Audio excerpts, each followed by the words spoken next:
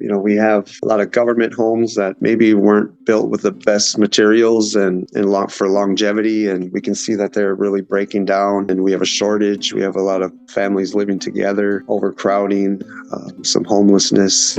So when I looked at hemp and seen that there's the potential for construction, it seemed like the perfect fit for our community. That's Earl Pendleton, Vice President of the Tribal Council of the Lower Sioux Indian Community in Morton, Minnesota. This is the Lancaster Farming Industrial Hemp Podcast. My name is Eric Herlock, and today we're going to talk to Earl about the Lower Sioux Indian Community. We'll talk about the history of the tribe, what life is like on the reservation now and how it's changed over the years, and how hemp is bringing hope.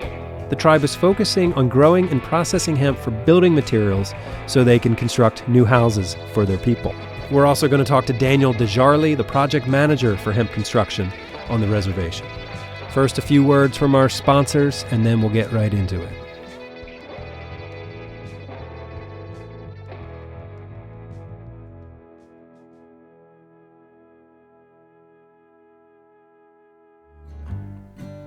This episode is brought to you in part by Impactful Ventures, an investment and incubation company focused on supporting startups and other initiatives that play a vital role in mitigating the adverse effects of climate change.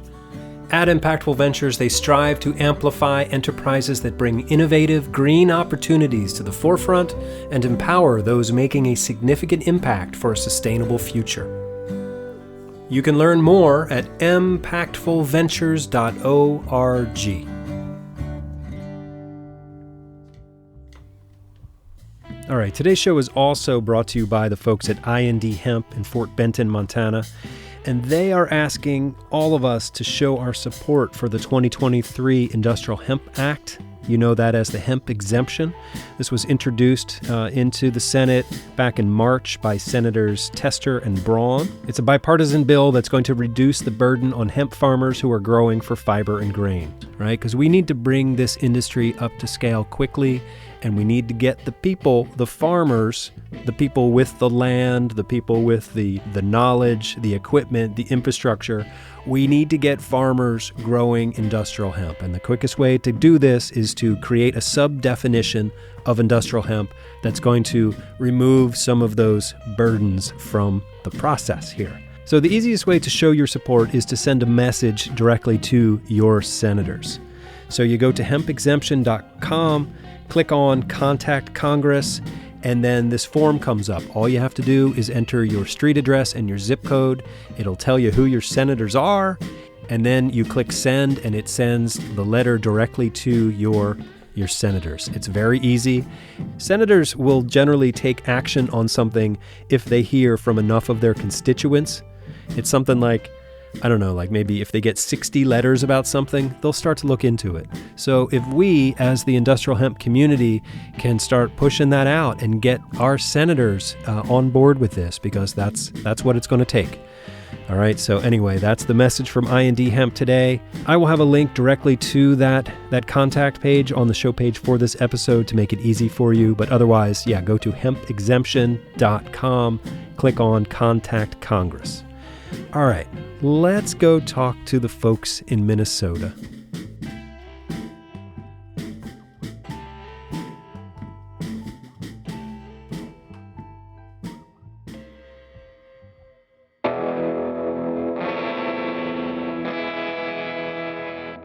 Earl Pendleton from the Lower Sioux Indian Community in Minnesota. Welcome to the Lancaster Farming Industrial Hemp Podcast. How are you doing? I'm doing great, Eric. Thank you for having me today. Absolutely, yeah. I wonder if you could introduce yourself and tell me about your role in the leadership of the tribe.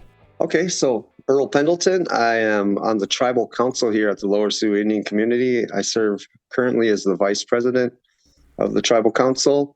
I've been in the position of the tribal council for 12 years now. It's my third 4-year term. That is we're coming up to another election cycle, but we'll see how that goes. We never know. But so my role here is, I guess it's as with the council, the rest of the council is we have control over most affairs here in the Lower Sioux community. Is casino is one thing. We have all the other departments that a normal city or county government have. But we have 140 employees with the community, 700 at the casino.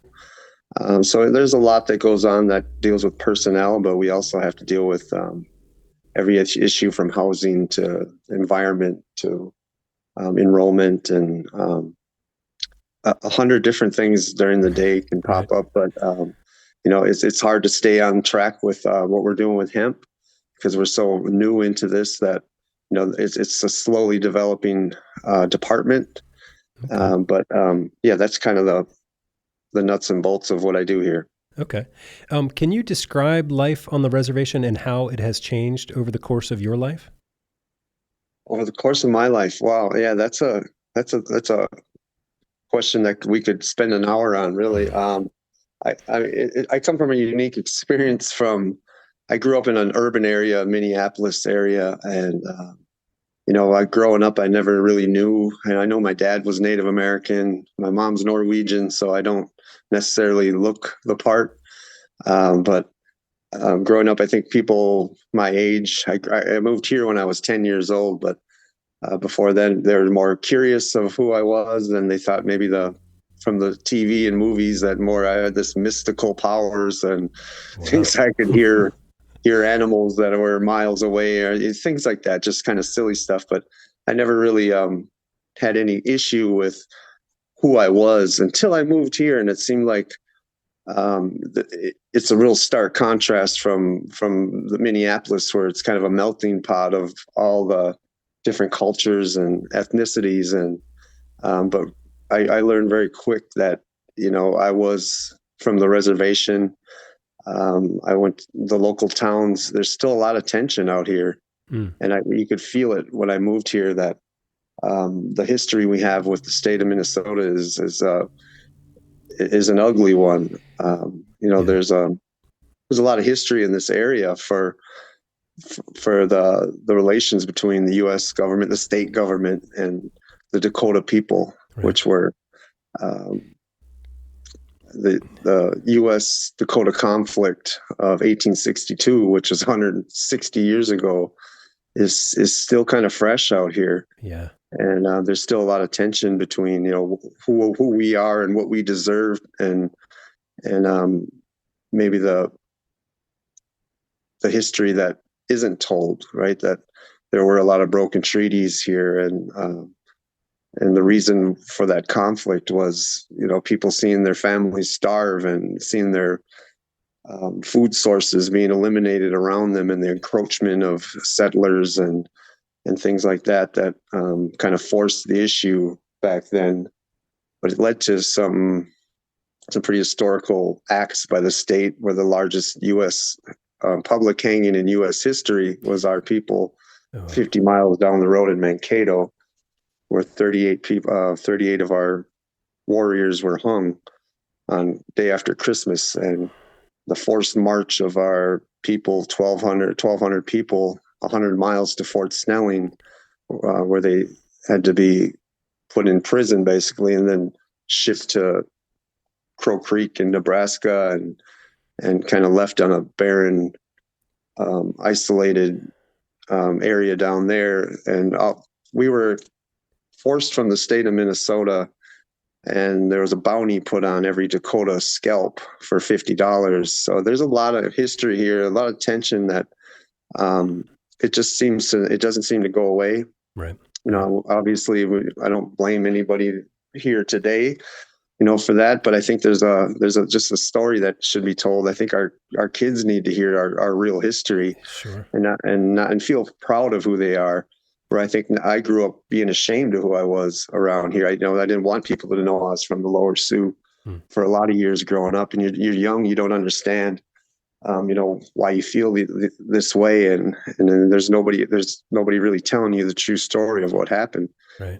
Back then. And even the local historical societies in the area will kind of chalk up the whole thing to being, the Dakota were aggressive people and prone to fight, and we just decided to fight the settlers. And it wasn't like that. We were really open to the settlers, and there isn't any report of any crime that happened from the Indians and against the white settlers for many years and decades, Right. and it just slowly became populated by the settlers, and they just always the government kept pushing and wanting more land. Right. More and more. Yeah. And when you're in Minnesota, we have what I've learned, since then, of course, is, and it kind of gets into why we're into the hemp industry, is this land is maybe the most fertile in North America. The glaciers kind of pushed up all the soil, and it stopped right in our border here at the Minnesota River. Oh, wow. So it turned up all that soil. It's basically 10,000 years old instead of 2 million years old. So it's really fertile. Right. Redwood and Renville County, which is where we border, is they will lead the nation in corn and soybean yield and production. So Okay. we know this land was worth a lot, and I think it kind of tells a story of why we weren't allowed to live here. So I think there was always a plan. Maybe I don't blame the people, the settlers who came here back then, but definitely the state of Minnesota and its leadership had bigger plans for this area than having Native Americans, basically hunting and living a subsistence lifestyle. It was meant to be farmed. So Right. I think there's a lot of wealth that's generated here that we've never really been a part of until the casinos. So we do have a casino. It's not the best way to make money, and I'm not proud of that. I don't think casinos give a very fair chance of winning, but it is what we have, and it's really all we had. And growing up here, I get into my father, who worked in the school system in Minneapolis, and we came down here, and he can't get a job anywhere, and no one else in this community could ever get a job outside of the Lower Sioux. So there's a lot of legacy, and employment in here where, the local people hire who they know, who they've known. And it didn't usually include Native Americans. So Right. the casino is something that gave us a chance. But I can see the winds kind of turning on casinos, and anything land-based now is bound to go mobile. So that mobile gaming is a threat Right. now, I think, to Yeah. land-based casinos, and so I think it's time to pivot. And if I don't see a better way to do it than do it with hemp. We've been historical caretakers of the land, as far as using all the parts of the buffalo and all the other stories that you've heard about us being respectful of the land. And so I think hemp is kind of down that path. I think it's a perfect place for us to be. Yeah. Well, thank you for all of that. And yeah, the story of your people is just, it's brutal, and it's full of heartbreak. And yeah, I'm sorry to hear that. And yeah.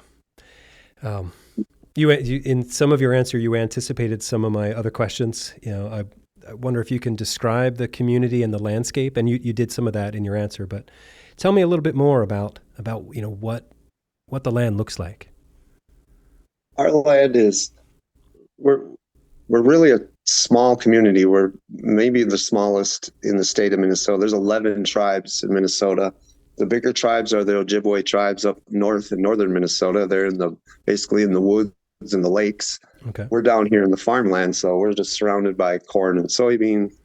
The land has been kind of flattened. It was a rolling hills and plains, a lot of natural grasses and trees, and that were just kind of eliminated and made into farmland. And it's all tiled, and so our community is really small. We're 2,000 acres total. So You can go 1 mile east and west, and maybe a 3/4 mile north south. So It's a really small community. We have 1,100 members.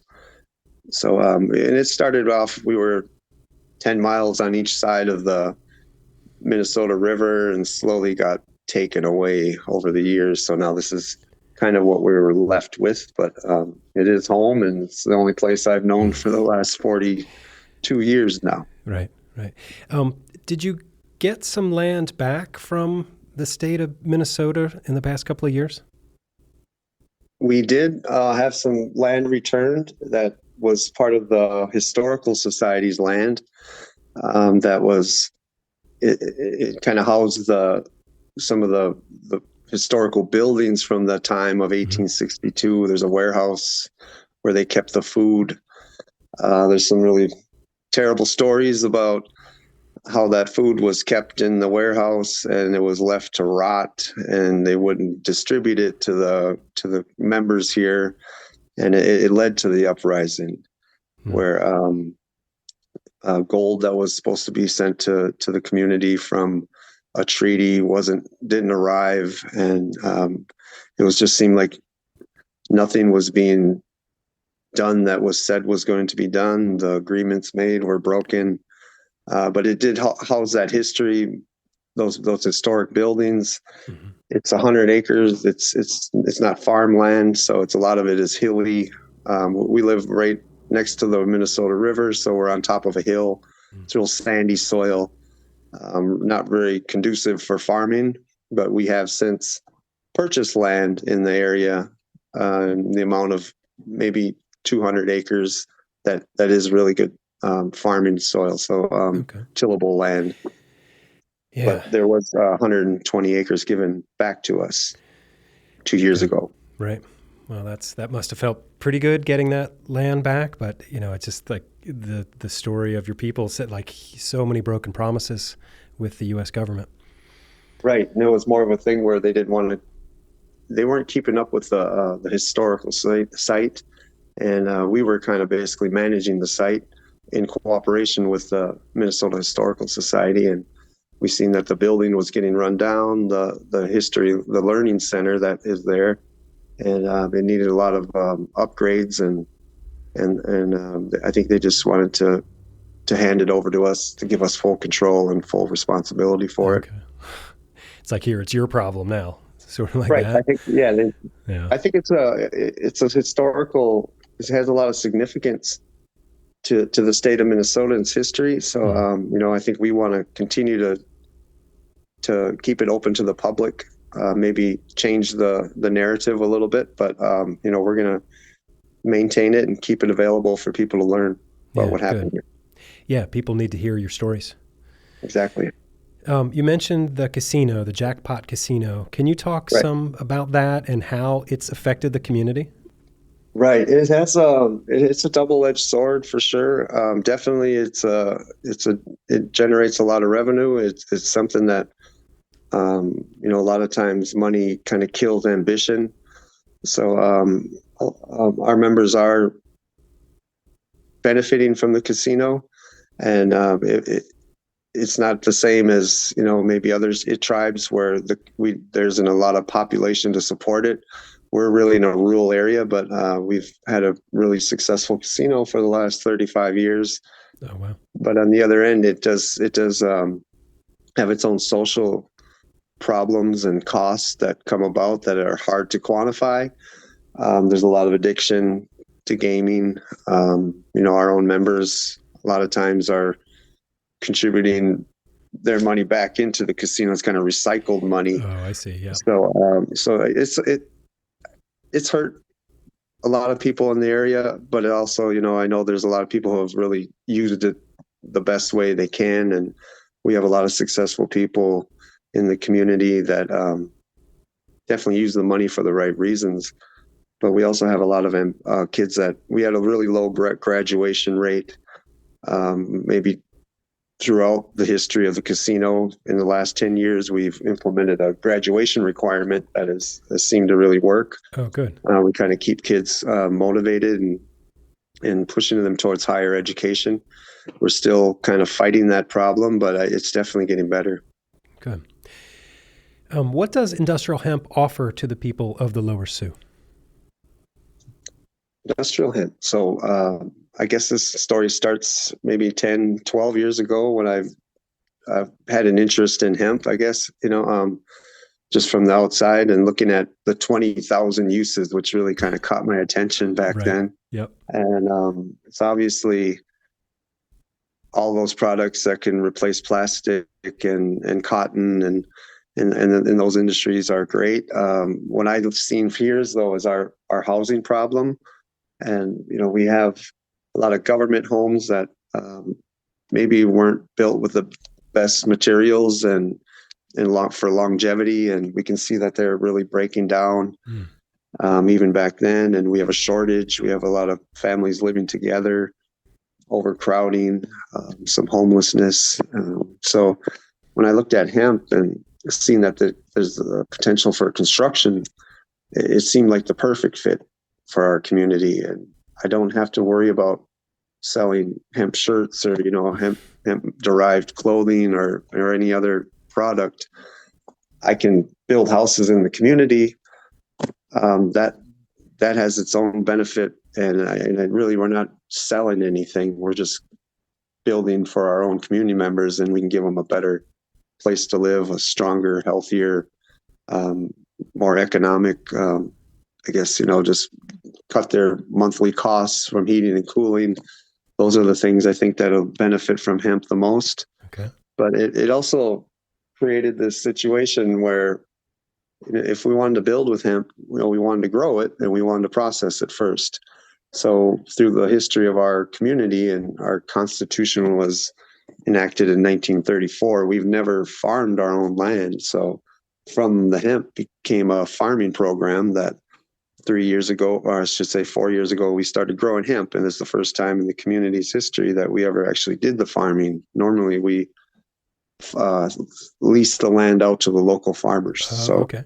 So that would kind of benefit from it. Yeah. Well, describe for me the current hemp operation and then your plans for the future. Currently, we have grown, like I said, for 4 years now. This will be hemp, and we're at a pretty small scale. We started at 40 acres. We moved up to 80, then 100, and I think we're doing 100 again this year. So we have a stockpile of hemp bales that are ready for processing. That came with some growing pains, as there's not a lot of variety in seeds to buy out here. We're kind of stuck between one or two suppliers, but we started with an X59 variety, which is a dual purpose for grain and fiber. And and grain's great because we can sell the grain, and there's actually people out there looking to buy the grain. But fiber is obviously something that's still developing, that market. There's some interest in it, but right now we're just holding the fiber. Okay. We sell the grain, we've held the fiber, and obviously we're looking for the herd, the inner core of the plant for the construction materials. So from there, we been really successful with some grants for the equipment. And right now we have 1 ton per hour processing equipment. It's a decorticator with a hammer mill. And can you tell me about that? Like what make is that? Where'd you get it? That sort of thing.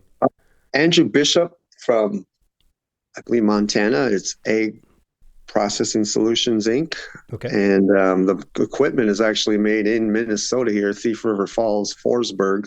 Nice equipment. So the components are just upstate a little ways. So it's a hammer mill, it's a vibration table, and an air classifier, basically, and conveyors kind of connecting the three components.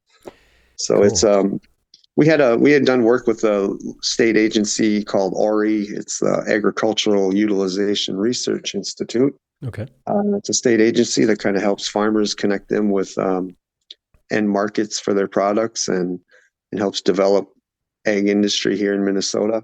So they did a feasibility study and kind of pinpointed this system for our end use, which is construction. So a lot of thanks to Ori for their help, and so far we've done one test shed we built in anticipation of this summer's build, which is a pilot project that will build 2 homes, 1 hemp and 1 conventional, kind of a true comparison. Oh, wow. Between That's the great. two.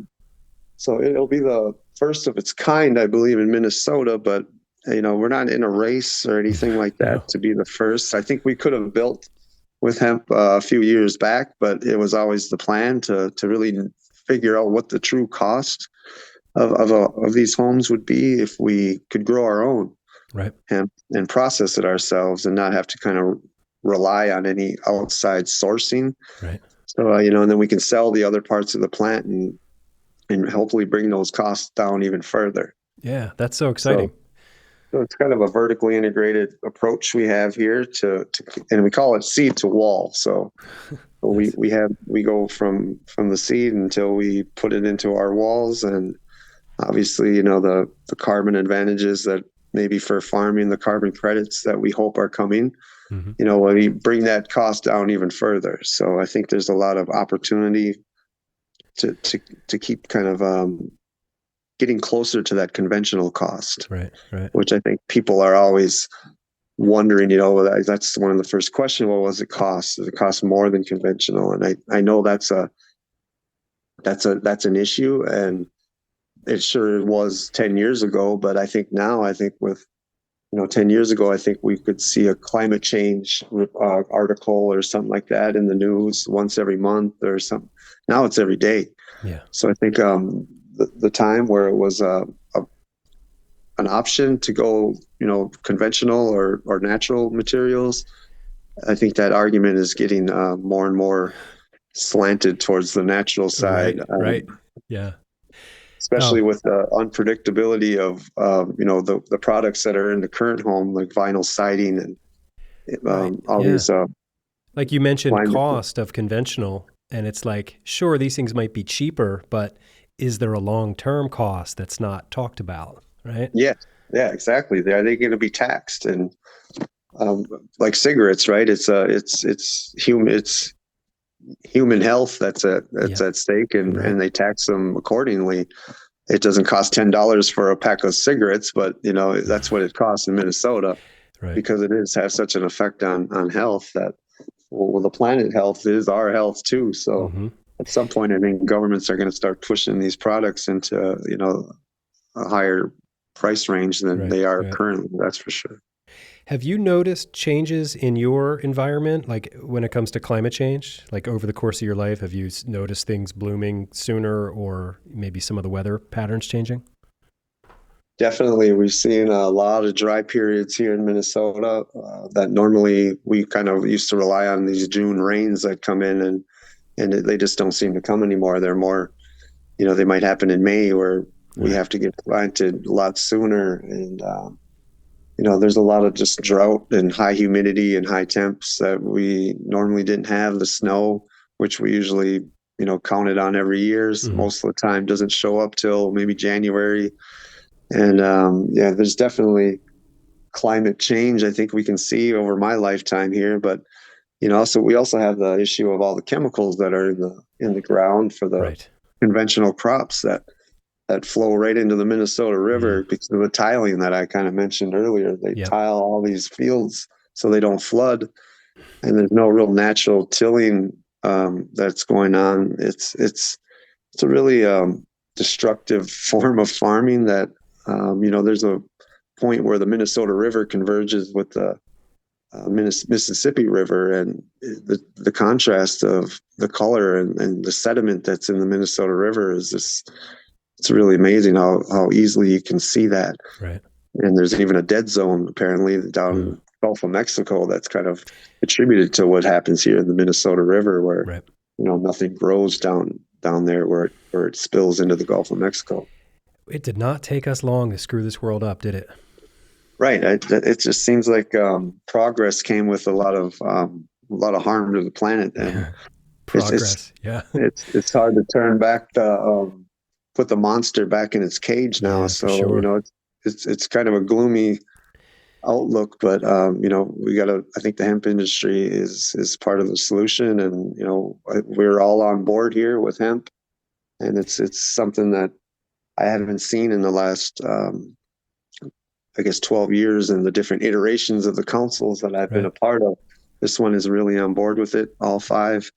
So we have a really supportive group here. That's great.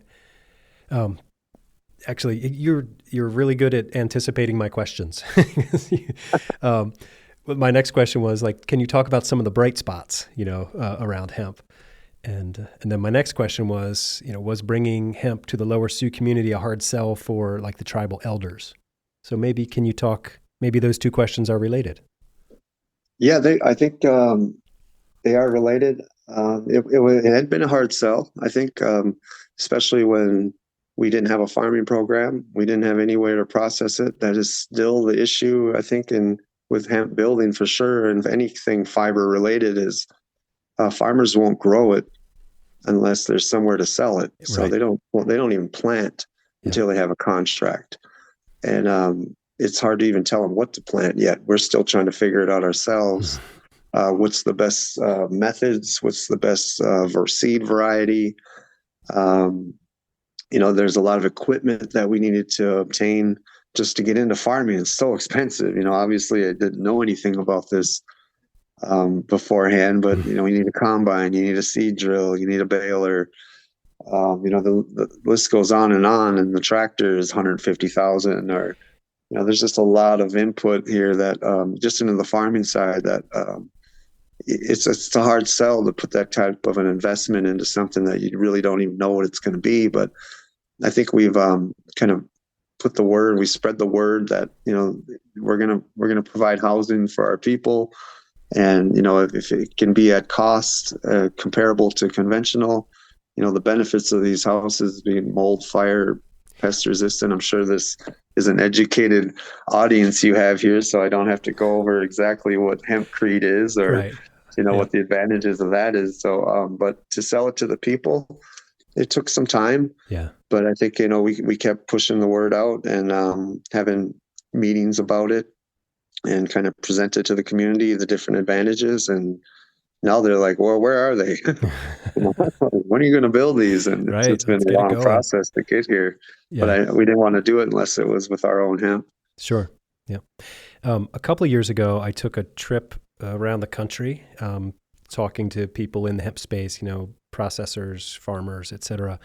And I talked to some folks with the Umatilla tribe up in, I guess that's Eastern Oregon.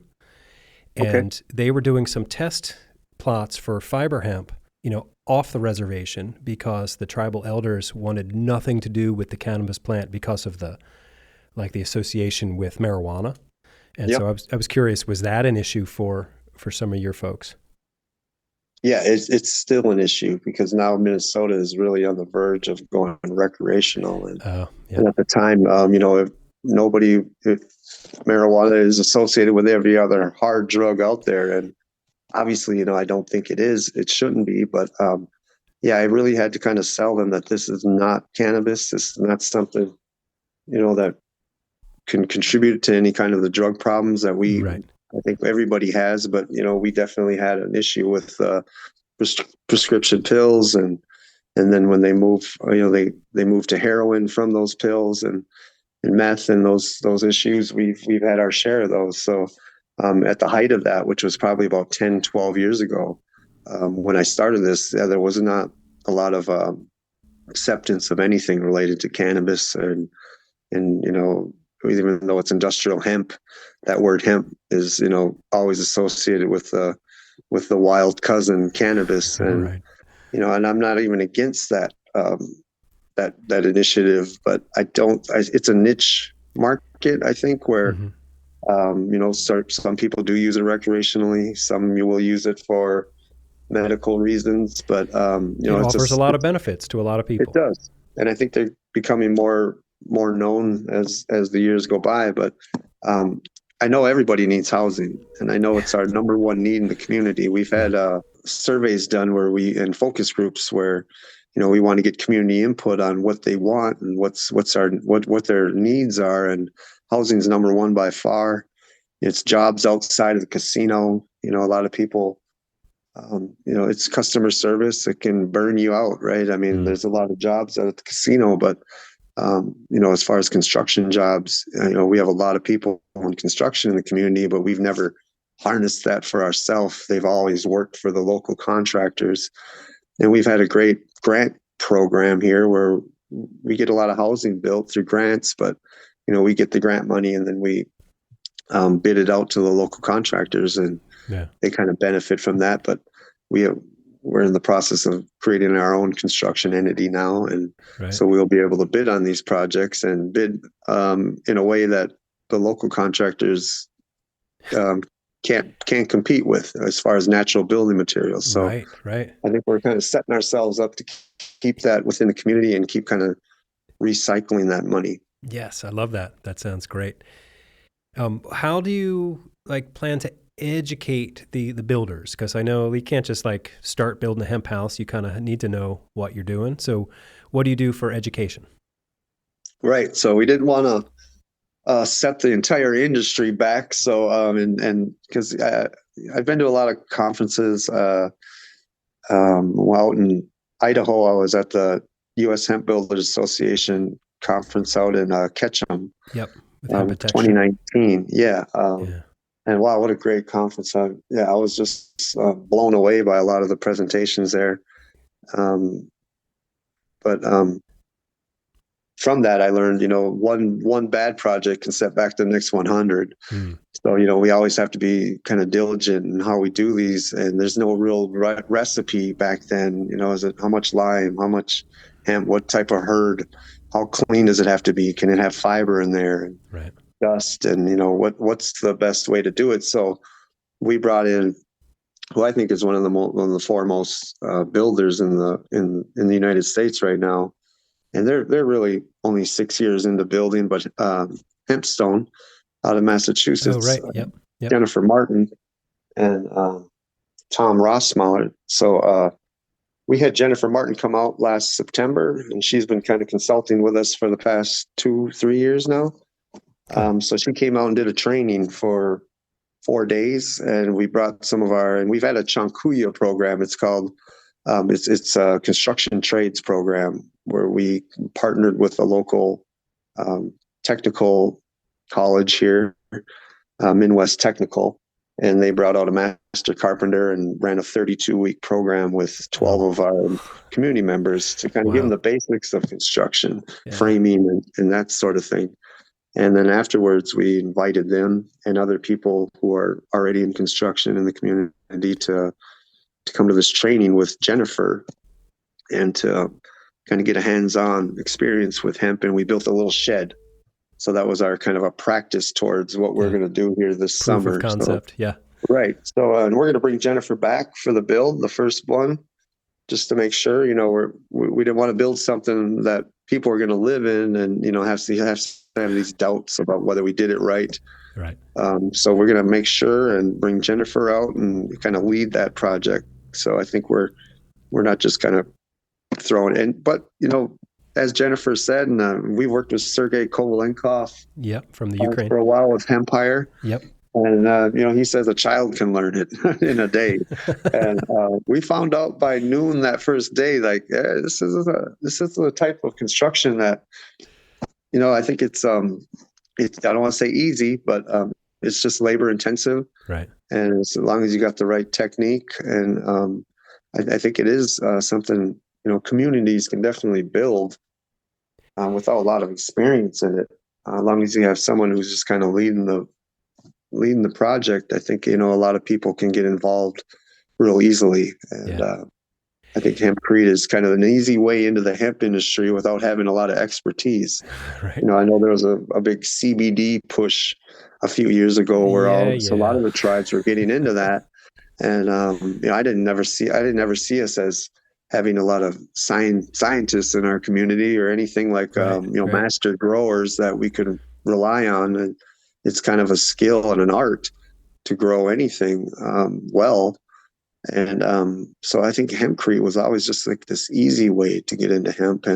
But what we get out of it is almost a technology that doesn't exist that can, regulate that indoor temp and kind of eliminate the need for expensive air handling equipment and, the furnace, right? And the thing that shocked me, I think, the most is we won't need a furnace in the wintertime. And it gets, I don't know if you've heard of the polar vortex, but we get that term tossed around here every winter, it seems like. And temps can get to 50 below wind chill. I've heard about some of those Minnesota winters. It's dangerous and it's cold, right? And so no heat source at all, like just the building itself? We will be using heat pumps, so a lot less BTUs than the 100,000 that the furnaces that we have out here would require. And I talked to builders, Steve Allen, who is from the Ireland, and he says, they build them in India without central air conditioning. And Minnesota is maybe the most extreme climate, that I don't know if you can find them one more extreme. Some places are colder. But we You also get get, hot summers, right? yeah, we can get 100 degrees, stretches here, and humidity is high. So air conditioning is vital out Yeah. here. And if this is part of the concept we're trying to prove, is this true? Like Minnesota, we can live without a furnace and central air. I don't see it. It's probably our biggest cost is of Yeah. living out here. Right. And just that change, that constant flux between cold and hot, it's just On hard on everything. buildings out here. Yeah. So, And people. and people, right? Yeah, we're everybody's depressed this time of year, but we're finally seeing the light and Yeah. get to come out of our hole for the winter. Right. But yeah, I think that's one of the things that I think are most appealing about hempcrete, but the longevity, just knowing that you'll have a home here, that it's not going to be thrown in a landfill in 30 years, Right. and it'll never go into a landfill. Yeah. These are the things that people really kind of cling to, and for sure I do, and it's been kind of pushing me Right. all these years to get to this point, and it's exciting, but there's always challenges that everything that's you can imagine trying to get into an industry that doesn't exist. Yep. It's really hard. There's no blueprint, but I think that's what we're doing. Yeah. I think and I'm not trying to be holding secrets here, or there's really no secret. You grow hemp, you process it, and you build with it. And I Nice think and this is simple. kind of Yeah. set up for tribes, I think. And as I mentioned previous, we're not the most successful casino in the state. There's definitely ones closer to Minneapolis where they have 5 million people at their disposal, but we have been successful enough, and it's changed our economic outlook for our members. But when I drove to Idaho, I went through a lot of the South Dakota reservations, and wow, it was sad to look at the conditions that they're living in. I thought ours were kind of tough, but it is no comparison to what they're living in. And Wind River, Northern Cheyenne, I drove out there, so I got to really see these places, and it's always been my kind of goal since then, is to try to build a blueprint for these tribes, and right, be a model for them. Right, be the model, and I don't need to benefit from it other than just to see them in better conditions. Right. Yeah. Yeah. Like benefit to you is them improving their lives. Right. How about I asked about the hard sell for the tribal elders. How about just the people of the tribe? Are they excited about what you're doing?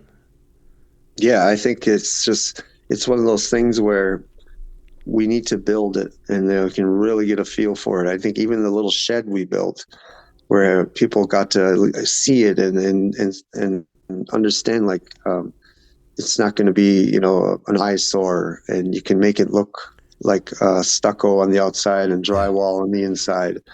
It's actually something that we could do. To see it and feel it and touch it is a big part of pushing it forward. Yeah. And the attention that gets, and the stories you can tell about hemp when they're looking at it.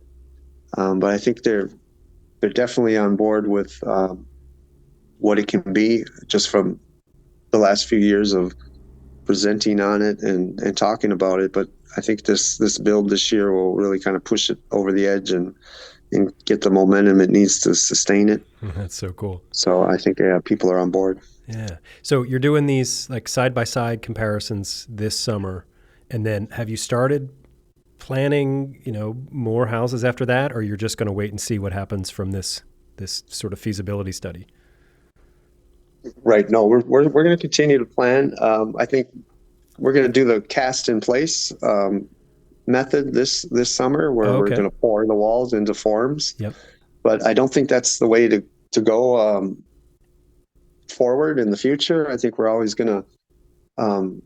It's labor intensive. There's a curation period there that makes it kind of unfeasible to do something like that long term, and to do very many in a building season. So we've been in development with, and I should say we were really successful at some of our grant funding our grant applications. We received 1.5 million from the Minnesota DEED, which is the Department of Employment and Economic Development, Okay. a grant to help build our hemp campus. So Nice. it's a $6 million facility that we're just about through the design phase, and hopefully we'll be breaking ground here in May, so next month. And it's a 6 month construction time, roughly. It's planned to be done by the end of December. So Wow. That's that's super a exciting. Yeah. yeah, and I think it's I don't know how many grants that have been hemp related out there. I think it's hard. I think we've learned that when you put hemp into a grant application, Yeah. it turns away a lot of the funders because they just see it. It's still associated, I think, with Right. the other They part. just don't get it. Education Right? is They so don't get important. it. I Yeah. think Just Biofiber, right? The Canadian company Yep. who Does those has a really blocks. innovative block. Yeah, Yeah. I think they named their company Just Biofiber because it's just biofiber, right? It's Right. not cannabis. So just as a play off that, but it's true. I think a lot of people are turned off by just the thought of investing into hemp. Yeah. But Like, the Minnesota Department of Deed has a lot of confidence in our project, and I think we have other lawmakers in the state, and the Department of Ag has been interested in what we're doing. So I think the tide is turning on good. that side, and Yeah. so our building will be 20,000 square feet. Um, Half of that building will house our processing equipment, and the other half will be a construction materials production area where we'll be building the blocks and wall panels. And Right. we've had some talks with tiny home builders who want to use their models, but use hemp into their models. So I Right. think we're on the right track. Yeah. Yeah. I like getting back to like the hemp versus, marijuana thing. It's like, I think we have it all wrong, right? Like hemp should be the great big thing and marijuana should be the footnote under that, right? But now it's like marijuana is the big thing and hemp is this, I don't know, we just need to flip it and grow it to scale because it can be, it'll push us into the new paradigm that we need to get to if we as human beings want to continue doing what we're doing, right? Yeah, I think it's exactly that. It should be flipped. Marijuana, for all its benefits, is burned, and you can. It's carbon sequestration. It's Yeah. carbon capture, and marijuana won't do that. I mean, it will in No. the growth process, but once you burn it, it's re-released. So Right. Right. it doesn't really have any kind of environmental benefits that I think that is now the number one reason for growing hemp. It's the clock's ticking, Oh and yeah. Yep. we're running out of time, and doomsday is around the corner if we don't make some changes, drastic changes, and hemp can be that part of that solution. Right. And it's the main reason I think that we need to build this way, but it's not even in comparison, I don't think, between conventional and hemp construction, the benefits you get from hemp. Just in a practical way, like the cost savings per month, the less maybe insurance you'll need, and insurance we can see with all the natural disasters that happen every year and the Right. billions of dollars that insurance companies are paying out. Eventually, these costs are going to be pushed onto everybody, and will insurance be a product for the wealthy, in the near future? And you should probably have a home that maybe doesn't need it. And mold pest remediation are probably the biggest Yeah. costs you'll see as a homeowner. So Yeah. I think it's so vital right now that Yeah. we're in the right game. And fire resistance, right? Like I saw a hempcrete builder, Cameron McIntosh, take a blowtorch to a block of hempcrete, for Right. like minutes and minutes and minutes. And Yeah. that lime's not burning. So No, it's it won't amazing. burn. And we, funny you should say that, because we have a pretty big construction company that's doing our design and build for our hemp campus. And we're in one of our meetings talking about the building. He's like, maybe we can even implement some hempcrete into this campus. Yeah. And he's like, because it's got a pretty good fire rating, doesn't it? And I said, Well, it's a perfect 0 fire rating, so it's completely fireproof, and they couldn't believe it. They didn't believe it. Yeah. So we have one of our blocks, we've been making blocks here, just a few kind of for display and for presentations, Yeah. but we went and grabbed one of them and got a blowtorch and 1300-degree blowtorch and put it on that right in our meeting room there. So we're hoping it would work. But yeah, we put it on there for 11 minutes, and all it did was char it, and there's no smoke. And they were truly amazed by that. And so I think that's where people they get that aha moment. Mm-hmm. Even professionals in the industry, just unaware of it. Yeah. So I think we made believers out of them that day. And I know Steve Allen.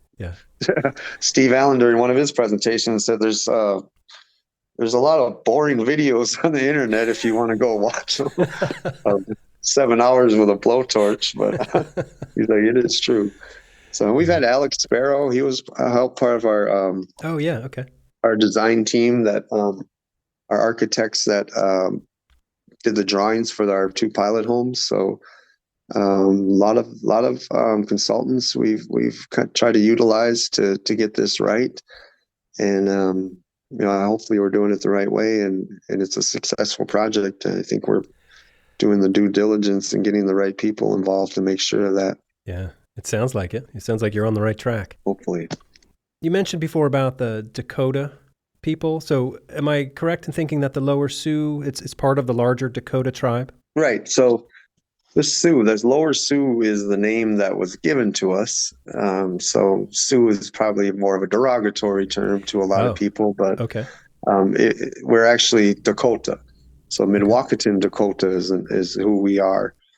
And there's tribes in South Dakota, even in Wisconsin, right? It's a part of a bigger tribe. Okay. Where the South Dakota tribes are Lakota. You go to Montana and they're Nakota, and we're the Dakota. So we're the same kind of tribe, just kind of split off into 3 different factions.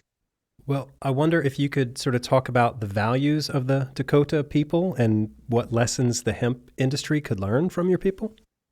Our values have been, pretty much the same. We're a community. We're not all related, but we're together in a lot of our history. But we're closer than a town or something like that. Where we're all connected in that way of being a part of this tribe and taking care of each other, trying to take care of the environment. Our elders are respected for their knowledge and their history because we don't have it written down. You can't look in a book and see who we were and what we were. I'm not a very religious person or spiritual person, but we have a moral code, much like Christianity or any other religion that kind of speaks to who we are and who we want to be, and as family and parents and children. But we've also got a lot of issues from the boarding schools, from the kind of misery that was kind of put on our people here, where you're put in the middle of kind of a desolate area where you're surrounded by really fertile ground, but the land we actually live on is sandy and untillable, and it's just hard to live here. And so we're kind of united in our struggle in a lot of ways, and united to the other tribes, and in that same kind of vein where we know they've gone through the same type struggles, maybe different specifics to what happened, but our values are still maintained through all this, and we're always trying to fight through it and get to a point where we can really take care of our people and prosper. So it's always a challenge, and it's always an uphill battle, but we're getting there slow but sure, but there's always room to improve. Earl Pendleton, it is so great to talk to you. Thank you for your time today. Oh, great to be here, and thank you for having me. Next, we're going to talk to Daniel DeJarley. He is the project manager for the hemp build at the Lower Sioux. Daniel DeJarle, welcome to the Lancaster Farming Industrial Hemp Podcast. How are you doing? Good. How are you? I'm all right, thanks. Thank you for joining me today. I wonder if you could introduce yourself. My name is Danny DeJarle. I'm from Lower Sioux Indian Community up in Minnesota. Awesome. Well, welcome to our show. I was just talking to Earl Pendleton about your community and what's happening there hemp-wise, but I wanted to touch base with you and find out what it is that you do there. Can you tell us what you do? Myself, I am the project manager for our hemp build. We are currently in the process of starting a hemp build for a house on the community. We've done trainings and trials with the hempcrete. We haven't actually built a house. We've built a demonstration shed and demonstration walls and blocks, but we haven't actually built a house that anybody's living in yet, but that's our plans for this year. Okay. And you are a builder by trade? Like you've been in the trades for a while? Yep. I've been around construction sites since I was 12, and I'm 38 now, so pretty much my whole life. Okay. Always traditional buildings, though, usually concrete bridges, stuff like that, And so this will be my first hempcrete project. How do you feel about hemp as a material? Do you like working with it?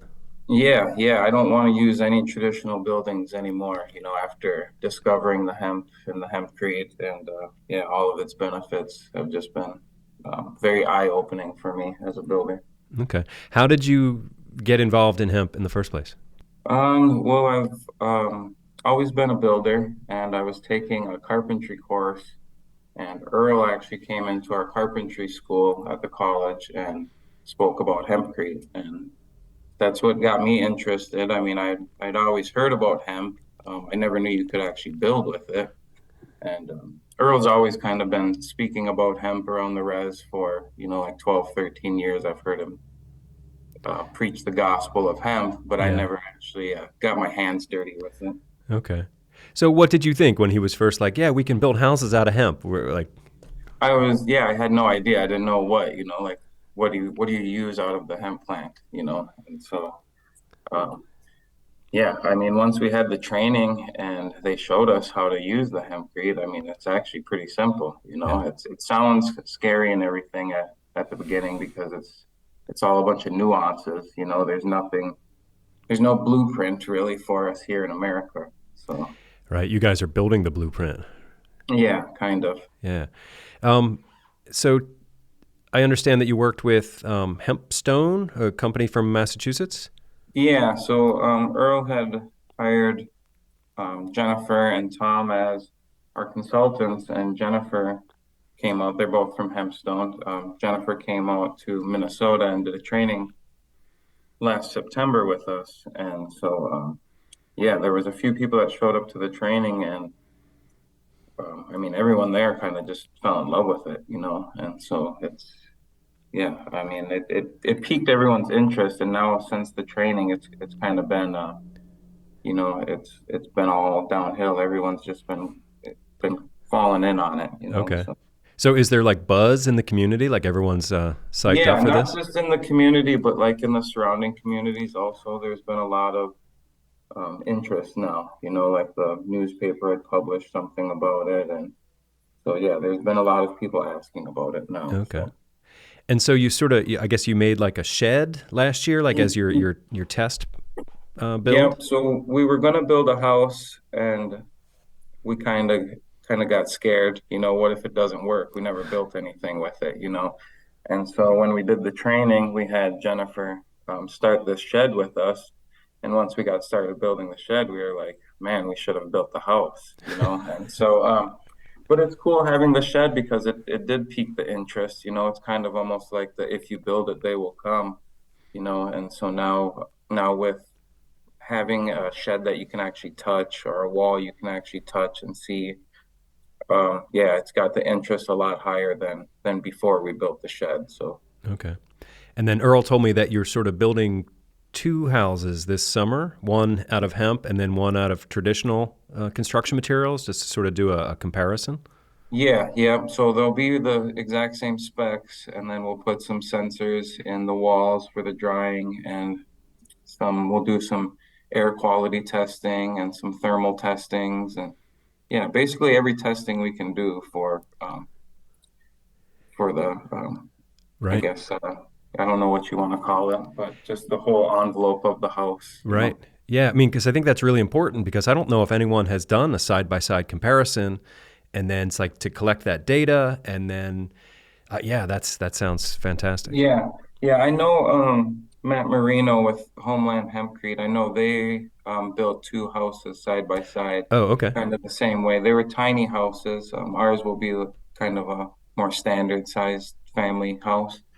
Um, and I know they had a few problems with some of their sensors. I've talked to Matt, and so he said a few of their sensors didn't work, so they didn't actually get to collect the data. Okay. And so, yeah, we're gonna double, triple up some of our sensors just Right. to make sure we get all the data we need. Right. That's the great thing about like the hemp community, like Matt sharing his information Yes, with you, so you know how to build upon that. So yes, it's absolutely amazing. The hemp community is, yeah, it's amazing. It's a very small world, as and it's yeah, we all love each other. So. yeah, good, good stuff.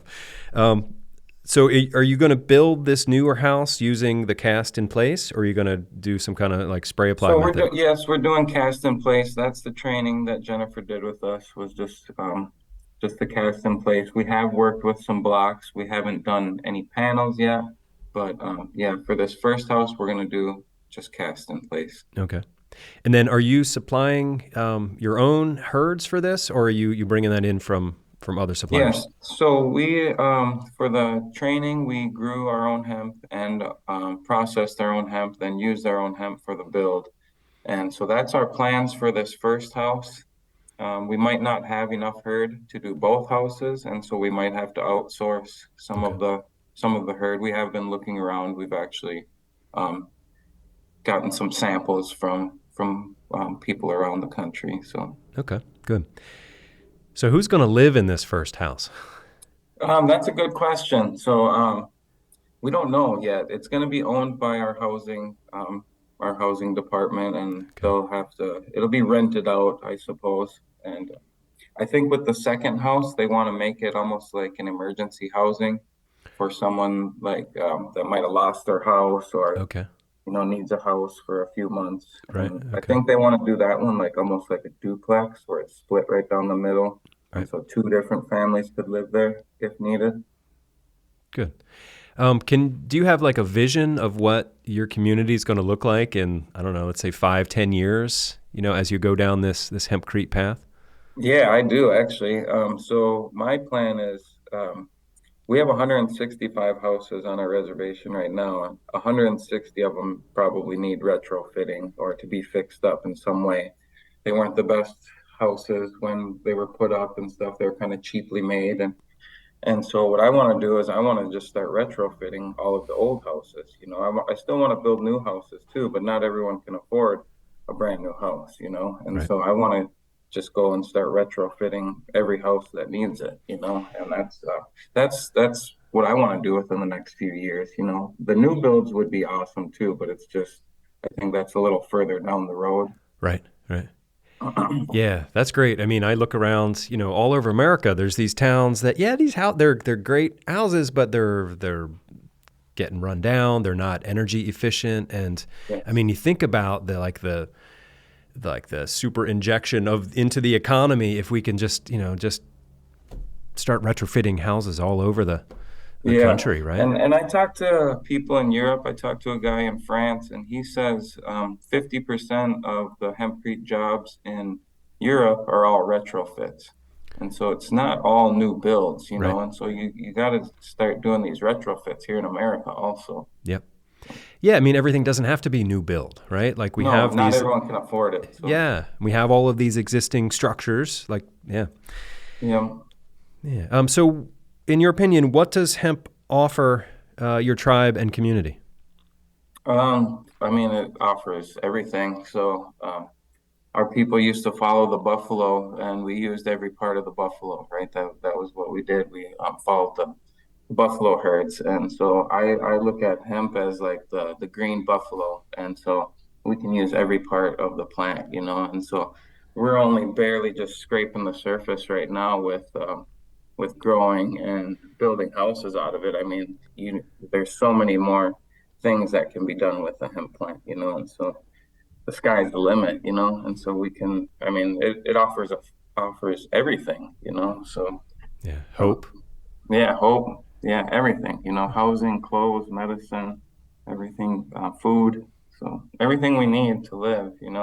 And then plus the jobs that it will create if we start processing for, fiber or start processing for the grain or, because right now we're only trying to get the herd for the building material. There's so many more uses for this plant, so there's so many more jobs, and yeah, it's really exciting stuff. Yeah, cool. So you said Earl was kind of like the hemp guy for years and years, and now it's sort of Yeah. coming to Yes. fruition. Do people like when people see you? Do they want to just talk to you about hemp building, or like do you Yes, that's all inspire? that's Yeah. yeah, that's all that's yes, that's all that's been coming out of my ears and mouth is hemp for the last since I went to the conference with Earl about 18 months ago. Yeah, it's been nothing but hemp. So Okay. Was that the one down in Texas? yeah, yeah. Yeah.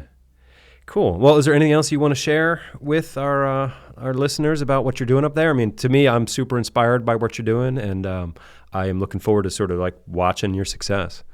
Yeah, yeah, no.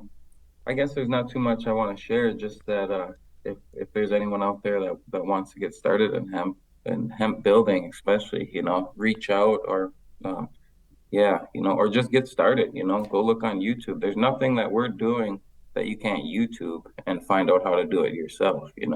So you don't need to go pay these people crazy amounts of money for trainings and stuff. Like you can, yeah, I mean, it's pretty simple. Right. Right. Um, I will put in a plug for Cameron McIntosh. He does some nice trainings out here in Pennsylvania.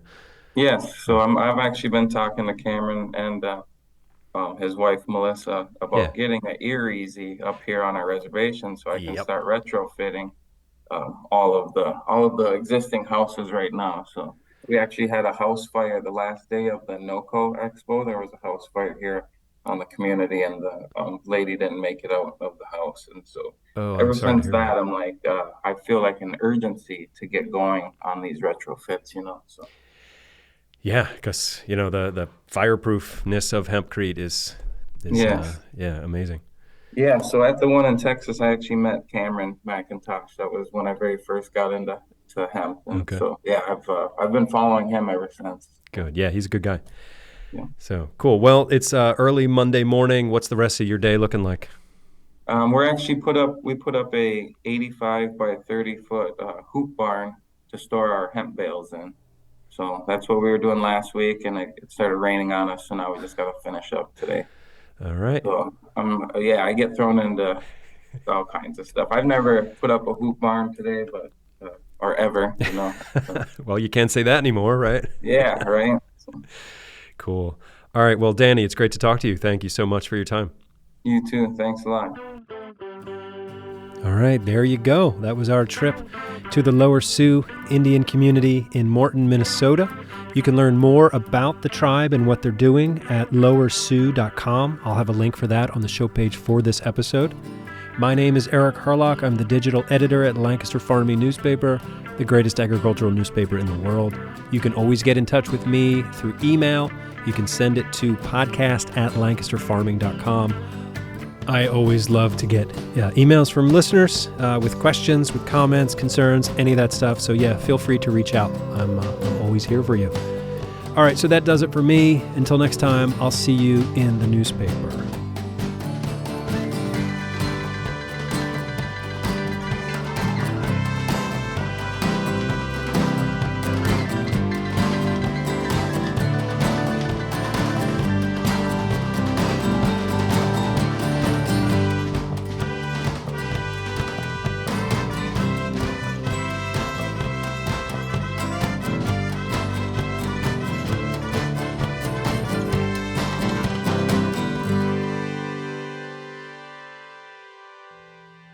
Industrial hemp.